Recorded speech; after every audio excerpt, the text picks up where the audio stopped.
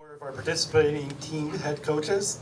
As with our previous session, we'll begin with an opening statement from each before taking questions from the media. Joining us is Tom Ryan from Ohio State, David Taylor from Oklahoma State, Chris Pendleton from Oregon State, and Josh Moore from Kent State. Coaches, if you could share your thoughts on your team's season and your outlook heading into the championships. Coach Ryan, we'll start with you. It's great to be in Cleveland, hotbed of wrestling, as we all know, the state of Ohio. This sport is deeply rooted in the culture of this state. There's 4 Division I programs. Obviously, Coach Moore is coaching one of them in the state of Ohio. We've got 4 native Buckeyes in our starting lineup. Of the 10 qualifiers, 4 of them are wrestled in the state of Ohio. There is 491 high schools, right, that offer wrestling in this state. And I believe there's 36 student athletes of the 330 that have qualified for the event that are Ohio natives. So it's deeply rooted in the state here. We had a great year. We're 19-1, one of the best dual meet seasons we've had. Obviously, as a staff, we value dual meets greatly, and couldn't be more excited that we're in Cleveland. Our 4 starters are all from this region, grew up in this area, so kind of a childhood dream to be competing at the national championships and you're kind of in your backyard. So looking forward to the event. Thanks. Coach Taylor? It's been a great season. It's been we have a young team, and it's been really fun to see these guys progress throughout the season. Starting with we had a tough start with the national duels, and some of our guys faced some adversity, and it's been really cool to see them persevere through that and really have themselves prepared for the national tournament. National tournaments, this is the most exciting tournament in the world. We're grateful to be here and excited to compete. Thank you. Coach Pendelton? I think we're really excited to be here, like David said. I think we're probably the team that traveled the farthest, so if we could get it on the West Coast once or twice every 10 years, I'd appreciate that. Had a lot of uncertainties coming into the season. We weren't anticipating losing an All-American, but I'm very proud about how the team responded and how they progressed through the year, and I think that they're peaking at the right time. Thank you. Coach Moore? Good. I just took over Kent State 8 months ago. It was my mission and vision to kind of rebuild our program, really get connected with the community. A lot of you guys know the story at Cleveland State. I was the head coach there for 7 years. Unfortunately, they decided to cut the program last year, so I was lucky to land on my feet at Kent State where I coached before. And we have a pretty good history, top 25 program for 4 or 5 years straight. Back when I was an assistant coach, we had a national champion, Dustin Kilgore. In 2018, we had a gentleman, Kyle Cannell, kind of shocked the world and took 3rd in the country. So we got a really good history at Kent.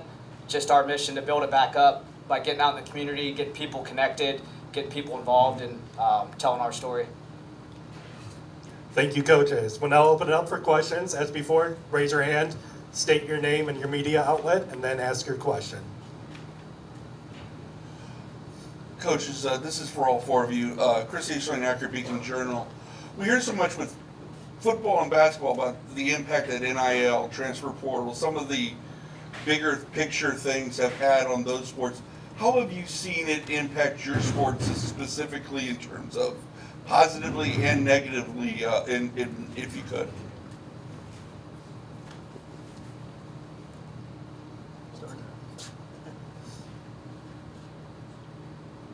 Prior to NIL beginning, I think I've been in Ohio State now for 20 years, and there was a time when I was fighting for our student athletes to be able to earn more pay at summer camps. Right? There was a time when it just didn't seem right that student athletes could not earn it much. If someone's willing to pay you $500 a day to learn from, then you should be able to earn that. So there was a time when I was certainly, this has to change. I think change is good. I think the change is good overall, but right, we need parameters on it. And right now, there's probably not enough parameters on it. But it's here, it's real.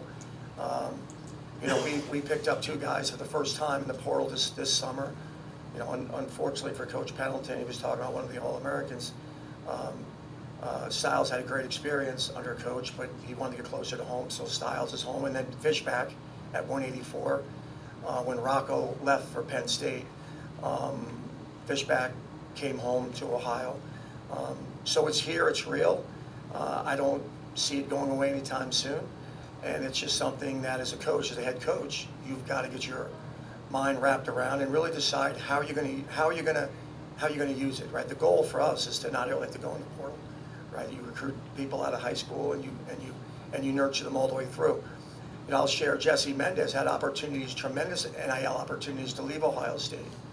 Jesse had teams reaching out to him to make a lot more money than he was making, and Jesse stayed. You know, so which makes him an incredible leader and a very loyal person. That don't behoove anybody leaving to taking a lot of money. That's not what my point is. But it's here.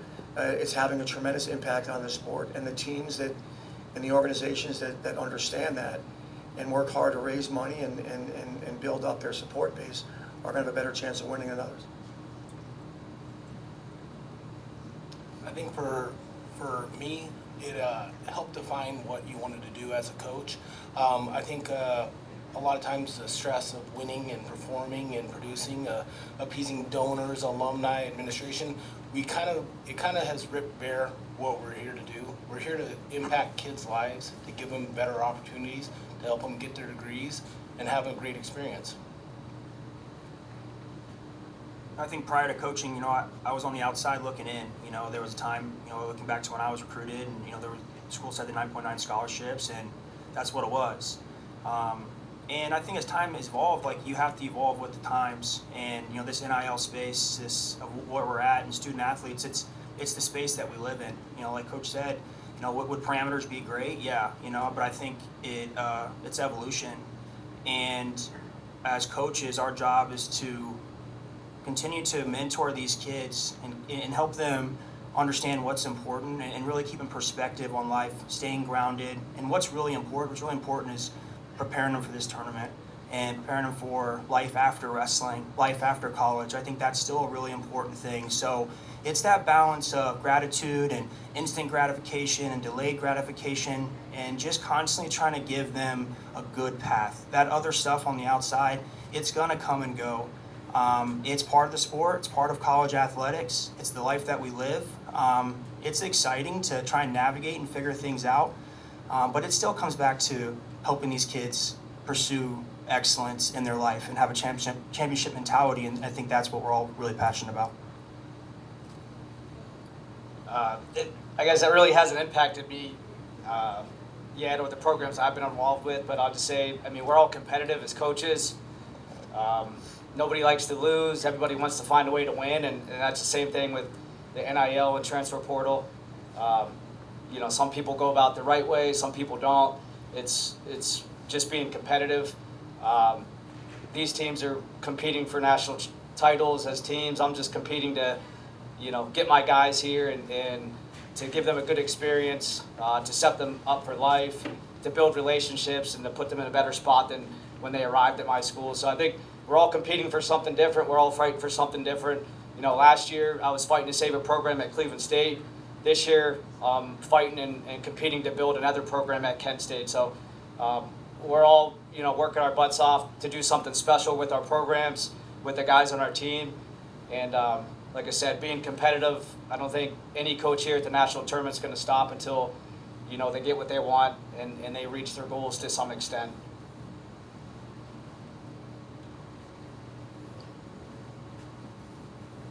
Hi guys, Eric Knopsnyder from the Tribune Democrat in Johnstown, Pennsylvania. David, when you first talked with Jax about the possibility of enrolling for the second semester, could you envision this kind of success this quickly? I mean, I knew we were good, but to be a #1 seed going into the NCAA tournament a couple months later? You know, Jax is a special wrestler. He's a pretty special human, and, you know, I think hard to predict what things are going to happen down the road. You just got to live in the moment. And but yeah, I think in recruiting Jax, you start to realize, like, yeah, he's pretty special, and I think he can do what he sets his mind to, you know, and he set his mind to try and be a great wrestler, and that's what we're trying to help him do. Seth Miller, Ohio Cats Akron Beacon Journal. Josh Moore. Josh, you talked about Cleveland State dropping, going to Kent State in 8 months. You got 2 national qualifiers. The program's no longer a punchline.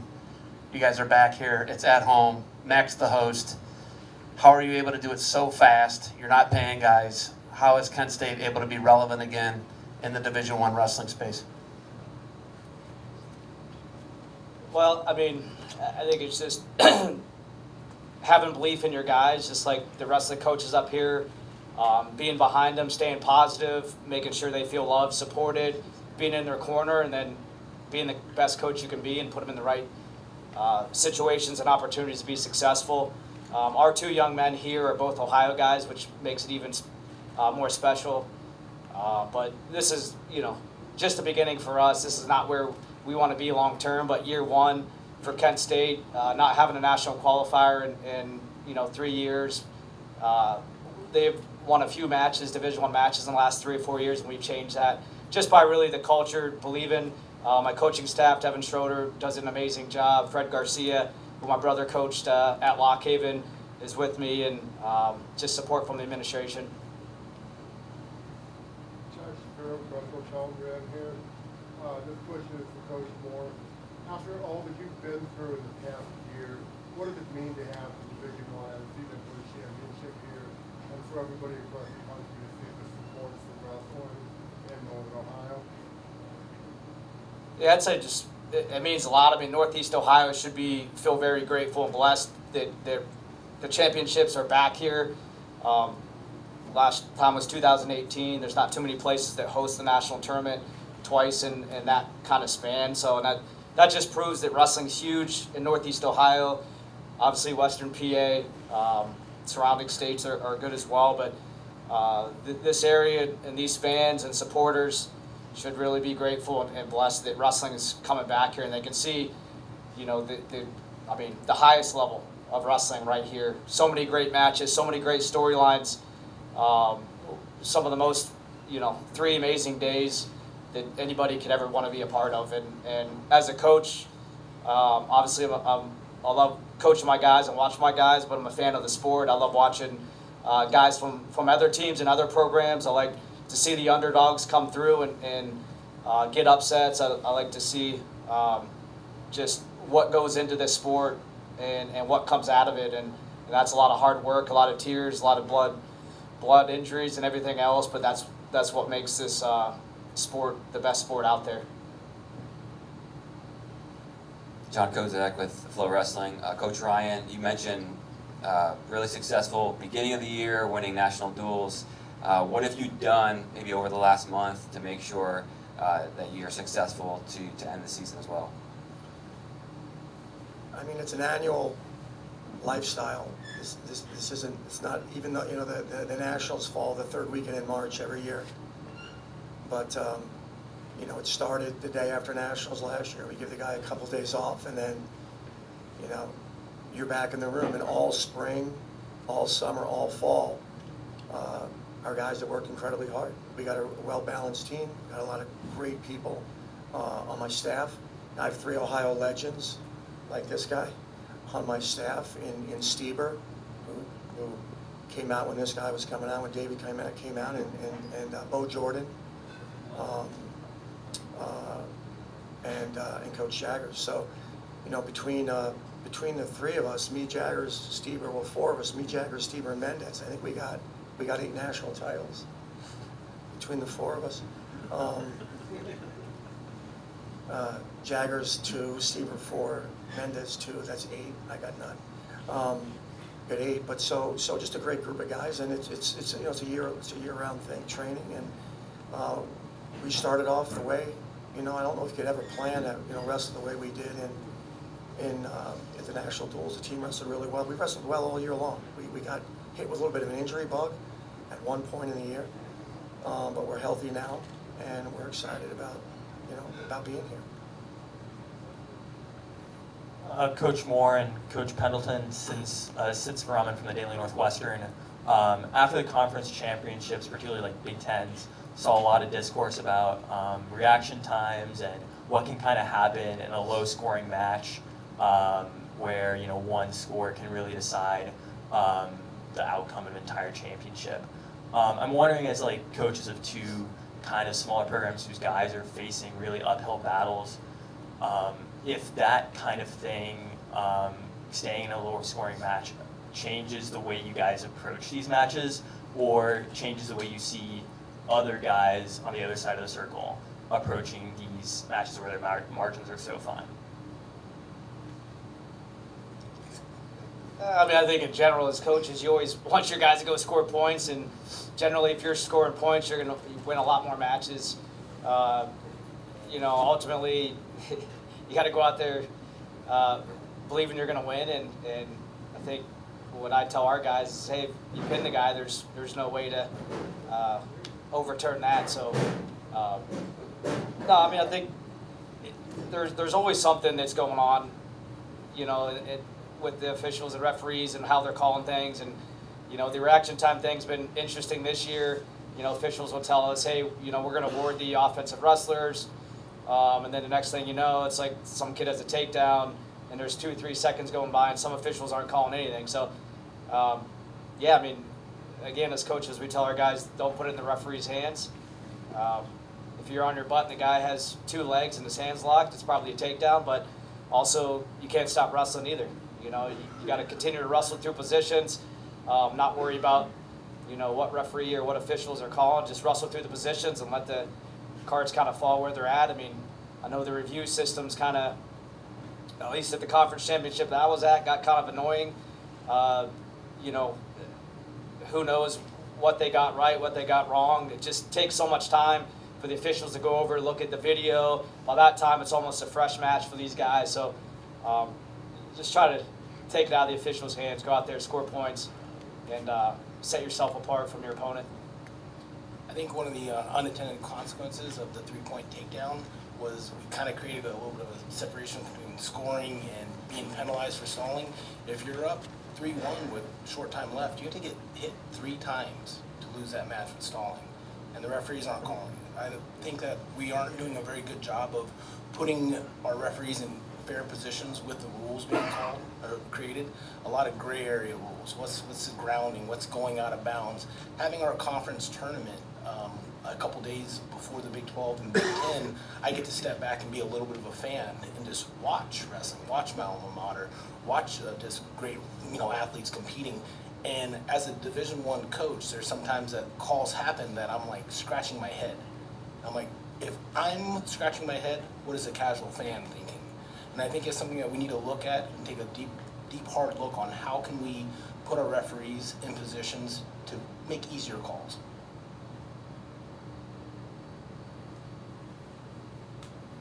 Question for Coach Taylor. It's your second season. Last year, your first NCAA tournament. That was pretty special. Anything you learned maybe from last year's tournament that you're taking into this year? Just enjoying it. There's just so much that goes into preparation for the national tournament. But once the national tournament's over, you're just getting ready for the next tournament, And I think as a competitor, you understand that. And I think one thing I probably look back on my competitive career is things go by so fast. You're always so driven. You're looking for the next thing, and you look back and did you really enjoy the actual moments that you're in?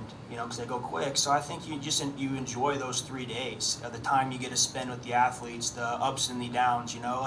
There's things that happen that you think about all off season. You wish, man, I wish this could have happened a little bit different. But then equally as much, there's some amazing things that you think about on the other side of it. So it just enjoying that time with these guys. It's special, to be able to be on the road with them, to be able to spend time with them, to be working out with them, to be helping them, just seeing them make the adjustments within the tournament.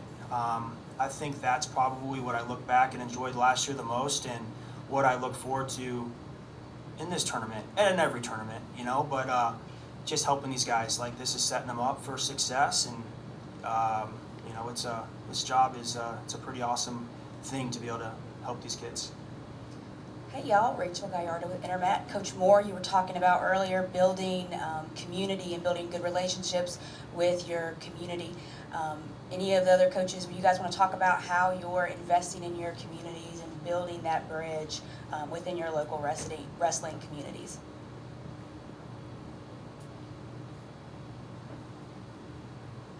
I'll just share at Ohio State, we're really blessed. I mean, Ohio State is a place that there's a reverence for athletics, there's a reverence for coaches, there's a reverence for the university, and it's a special place, it's a special town, it's a special community, and people really find great joy in helping and making a difference. And I would say, when I left Hofstra 20 years ago, that was probably one thing that I underestimated, is just how much people care and how much they look up to student athletes. So, whether it's 2nd and 7, reading to underprivileged children, local hospitals, people in that community want student athletes to be sharing. And that's really important. And it gives our guys a sense of, it's hard to trick somebody into, believing that what you do has a profound impact, far greater than your low single or your swing single. And I think Columbus is a really special place, and it gives our guys an opportunity. So we're really grateful for that.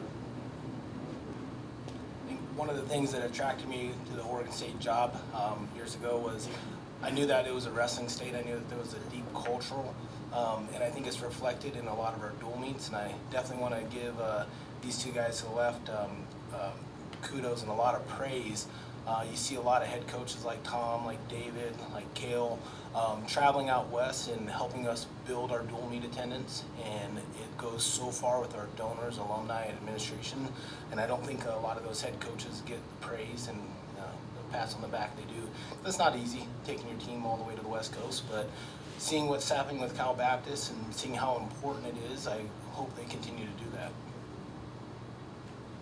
I think just Stillwater's ingrained with tradition, the success of the wrestling program, and I think to be a part of kind of a rejuvenation, and our student athletes being able to see that in what wrestling means to the town of Stillwater.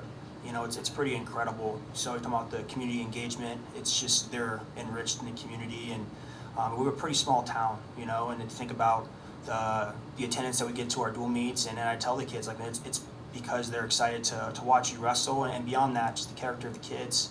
So Stillwater's a pretty amazing wrestling town, and the kids that choose to come here are ingrained in the community in so many more ways than just the way that they go wrestle.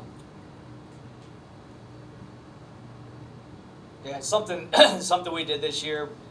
I mean, every program has the Giving Tuesdays and the Giving Days, and I think those are awesome to support college programs.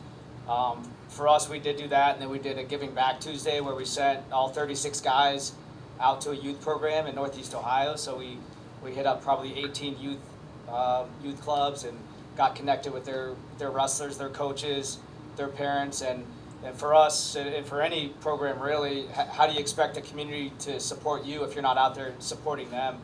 And like Coach Taylor said, I think these guys, they don't understand how they're looked up to by youth wrestlers in the area. I think one of our wrestlers goes to a high school or a youth club, they're going to sign more autographs than if I go. So kids really look up to them. You got to remember where you came from and remember your roots, and I think that also plays a big part in our guys, sending them out there and kind of getting them to remember, hey, like I was 7 years old, 8 years old when I started wrestling, and now I get the opportunity to go to this youth club and give back and teach a few kids some simple things, talk to them about your experience, and just be in front of them as a role model. So in Northeast Ohio, we've talked about this briefly already, but Northeast Ohio is huge for wrestling. There's so many great youth clubs, I think 5 or 6 nationally ranked high schools around this area. For us to build Kent State back to a top 20 program, we need these programs to be proud of their local school. We need them to wear Kent State t-shirts. We broke out some baby blue singlets that we saw a lot of guys wearing when we hosted a youth tournament with over 600 kids in our gym about a month ago. So we're out there doing our part. We want this area to, again, be proud of Kent State. And, Tom said there's 4 Division I schools in Ohio. There's only 3 now, with Cleveland State dropping, and there's a lot of really, really good wrestlers throughout the state of Ohio to go to those 3 schools. So we want to be in those conversations and on that short list of schools when kids get to that age. We want them to think Kent State is a great place, a place where I can go, become an All-American, get a really great degree, and have a good experience. Coach Ryan and Taylor, well, welcome back to Ohio, David. Question for you two. I wish you would have never left. Same. But Coach Ryan, you were an all-time great Trying race. to keep them, we're trying. In 2018, you guys were an all-time great race. Came down to the final match at 184 pounds. You're chasing Penn State. You're in a war with Penn State at that point. David's right out of the Penn State system, 2 years. You're chasing him with a young team, Stilly boys, say when. And you guys are just both going after that program. They got 7 #1 seeds. It's a historic thing what they're doing. It's John Wooden type stuff. It's Bear Bryant type stuff. How do you guys run those guys down? How do you catch them? I know you both got a plan. How do you do it?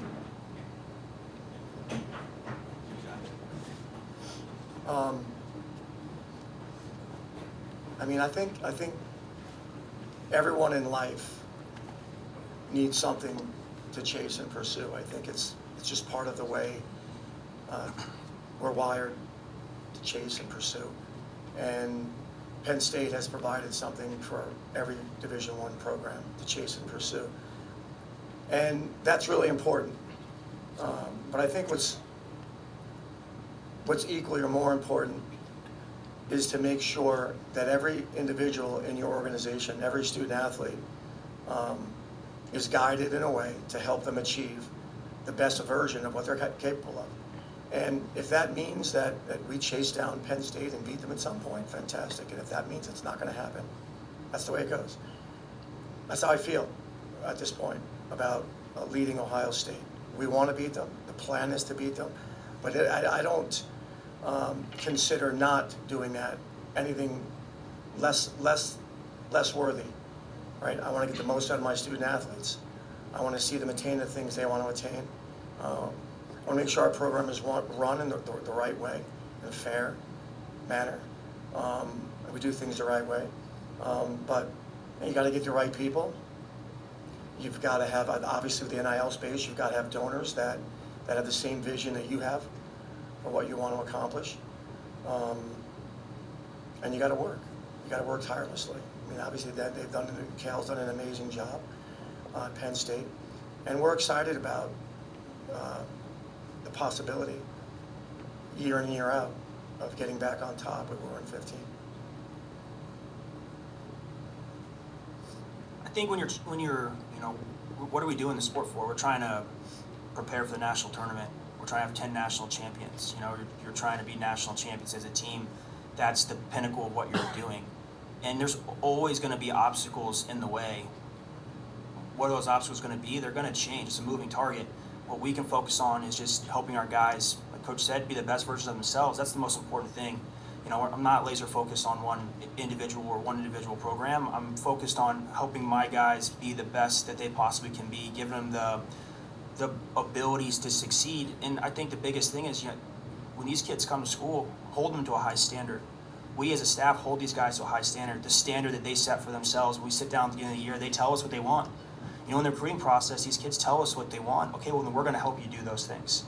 And that's competition, and we want to compete at the highest level. That's what we're signing up to do. You know, we want to do something that's exciting. Competing at the national tournament, this is exciting. Competing in a competitive team race, that's exciting. That's what drives people to become better versions of themselves, and I think that's what we're looking forward to. And it's what we can do. It's what we can control. It's our thoughts and emotions. That's the most important thing, and that's what we're focused on as a program. Hi, AJ Piazza, the Daily Collegian. For Coach Ryan, I'm from Wantagh. Went to Wantagh High School.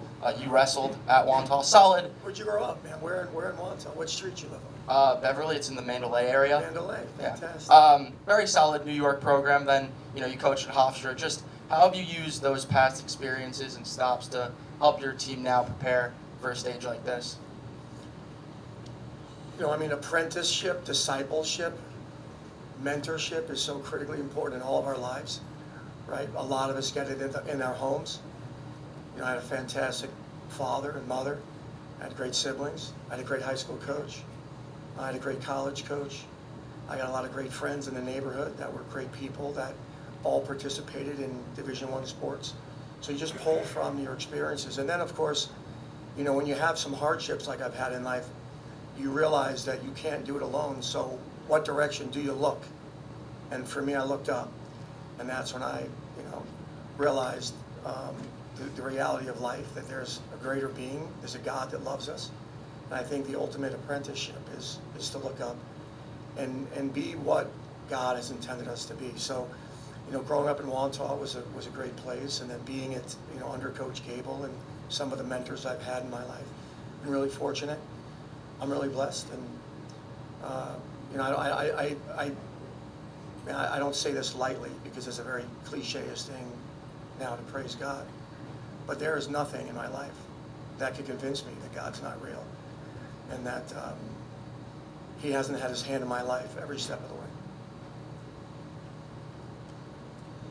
Jason Bryant with Mad Talk Online. Message for Coach Moore.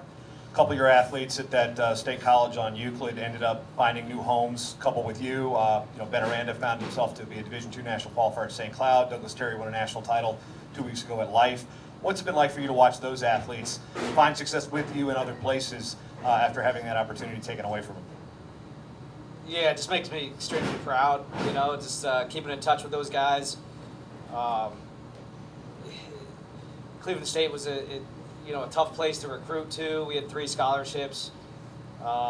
We recruited some really great kids and set them up for success. And some of them didn't have the success they wanted at Cleveland State, but you know, at their next stop, they kind of found that with, you know, guys like Doug Terry, and Joey Lyons was an All-American at Gannon. Shane Cook was an All-American NAIA. Dylan Late, national qualifier for Rider. So, and you know, just to see these guys continue to wrestle, that was my biggest concern is, hey, are these guys not going to be given another opportunity to compete and do what they love? So, yeah, I mean, and those guys are my guys. They came to a lot of the Kent State duels. We've kept in touch, and it's just great to see those guys be successful. And as we knew they would be, you know, just the toughest thing was them not wanting to leave their brothers and their teammates at Cleveland State. And like I said, we didn't have much, but we had each other. We had a good coaching staff, good support system, and we had a lot of fun. And I think we did a lot with what we had. And to see them go on and you know, come home with All-American titles and national titles, whether it's Division I, Division II, or NAIA, it's still really, really impressive.